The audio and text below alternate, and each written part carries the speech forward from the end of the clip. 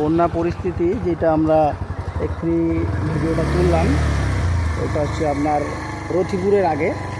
এবারে 3 নম্বরের দিকে ঢুকছি, যেখানে নবদার চায়ের দোকান, ঠিক তার সামনাসামনি এগোচ্ছি। জলের পরিস্থিতি, রাস্তার এই সাইডটা ঢালু হয়ে আছে, সেই জন্য এই সাইডটা জল উঠেছে, বিল্ডিং হয়েছে, তুলে ফেলেছে, এদিকেও জলটা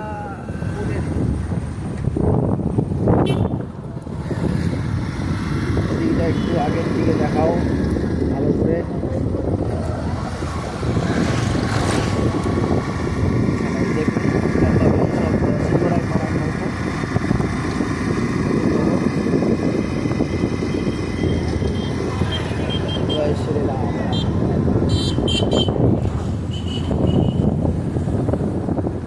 রাস্তার উপরেই বাস এখন এমন পরিস্থিতি হয়ে গেছে যে অতনগর ঘিসরা ওখানকার মানুষ সব প্রায় রোডের উপরেই চলে আসে। অনেক কষ্ট করে থাকতে হতো। মেন ব্যাপার, যাদের গোয়াল ঘর ছিল সেই সব গোয়াল ঘর সব তো নিচে ছিল, বাড়ির উপরে। তো গরু ছাগলকে বাঁচানোর জন্য সবাইকে চলে আসতে হচ্ছে রোডে। আর রোডের সঙ্গে সঙ্গে গরু ছাগল ছেড়ে দিয়ে তো যাবে না, কারণ খেতে পাচ্ছে না, কোনো একটা ওখানে জিনিস যাচ্ছে না। তো সেই পরিস্থিতির জন্য সব মানুষও চলে আসছে এইখানে রোডের উপরে, কারণ সাডেনলি কিছু একটা দরকার পড়লে ডাক্তার, হসপিটাল, তো এই রোডে না হলে তো ডাক্তারও যেতে পারবে না, তো সেই জন্য চলে আসছে।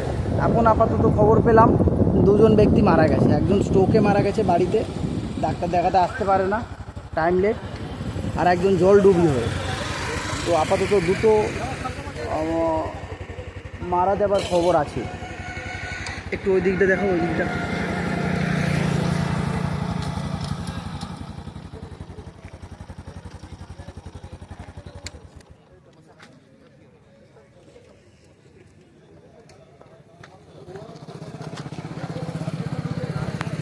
যে রেড টিম লাগিয়েছে, রেড টিম, এইটা তাদের গাড়ি।